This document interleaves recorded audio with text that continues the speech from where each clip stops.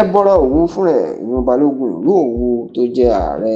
tẹ́lẹ̀ lórílẹ̀‐èdè Nàìjíríà olóyè Matthew Olúṣẹ́gun Òkìkíọlá Àrẹ̀mú Ọbásanjọ́ ó mà ti tú àṣírí ńlá ó ti tú àṣírí nípa igbákejì ẹ̀ tájọ ṣe ìjọba Nàìjíríà láàrin ọdún 1999 sọ́dún 2003 tó tún jẹ́ olùdíje fún ipò ààrẹ lábẹ́ ẹgbẹ́ òṣèlú People's Democratic Party PDP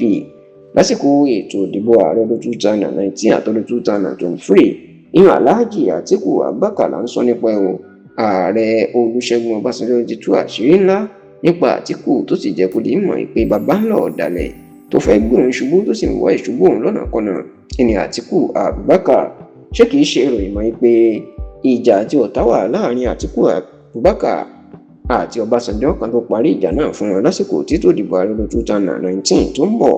bẹ́ẹ̀ sì ló jẹ́ pé àwọn ìwé tó Ọbásanjọ́ kọ àtọ̀rọ̀ tó ti sọ ń pa Àtíkù tó tú àṣírí bó ṣe jí owó Nàìjíríà tí jẹgúdújẹrá tó ṣe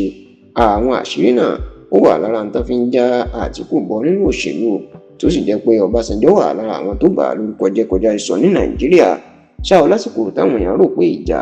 ó ti tán Ọbásanjọ́ ti dáríjì Àtíkù kò tó ní ìsọ̀rọ̀ àbùkù nípa ẹ̀ mọ́ níṣẹ́ ni gómìnà tẹ́lẹ̀ ní ìpínlẹ̀ Ògùn Àrẹ̀mú Olúṣẹ́gun Ọ̀ṣọ́bà ni ó tún rúná sọ̀rọ̀ ohun tó gbé dìde nígbà tó ṣe ìfọ̀rọ̀wérọ̀ kan tó sì fẹ̀sùn kàn Ọbásanjọ́ wípé ó fẹ́ yọ abẹnugan lẹ́gbìmọ̀ aṣòfin kékeré l'Àbújá ìyẹn ọ̀nàrẹ́bù Gali Nahaba lọ́pọ̀ ọdún sẹ́yìn nígbà tó wà ní ipò ààrẹ nítorí ìyẹn ò ṣe tiẹ̀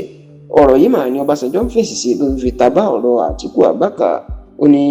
Ọ̀ṣọ́bà kò mọ nǹkan tó ń sọ rárá ó ní kì í ṣe pé òun déédéé yọ Gali Nahaba ó ní kì í ṣe pé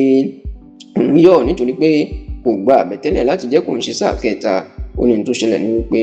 ní àsìkò kan kúrò lórílẹ̀‐èdè Nàìjíríà ó ní níṣe ni Àtíkù Abubakar inú mà ránṣẹ́ pé Gali Nahaba láti bá a sọ̀rọ̀ pé òun fẹ́ káwọn aṣòfin tí ó wà lábẹ́ òun káwọn yọ Ọbásanjọ́ kúrò nípò láì jẹ́ pé òun ṣe ẹ̀ṣẹ̀ kankan ó ní mílíọ̀nù 5 náírà tó jẹ́ owó tabua nígbà náà ní Àtíkù igbákejì òun ló gbé fún Gali Nahaba ó ní olórí òṣìṣẹ́ òun tó ní ìmọ̀ nípa iṣẹ́ ọ̀tẹlẹ̀múyẹ́ ó lóun ló ká gbogbo ọ̀rọ̀ àárín Àtíkù àti Gali Nahaba ló ká gbogbo ọ̀rọ̀ wọn sílẹ̀ tó tàn fóun tó jẹ́ kóun gbọ́ olólè ló jẹ́ kóun pinnu pé òun yóò yọ Gali Nahaba kúrò ní ipò abẹnugan tó sì ní ààrẹ tẹ́lẹ̀ lórílẹ̀‐èdè Nàìjíríà ààrẹ Alhaji Shehu Shagari ló dá sí ọ̀rọ̀ náà pé kó jẹ́ kóun yanjú ọ̀rọ̀ òun fúnra òun tí Ọbásanjọ́ sì tún tú àṣírí pé Àtíkù Abubakar tóun mú láti gbákejì gómìnà tó wà tóun sọ di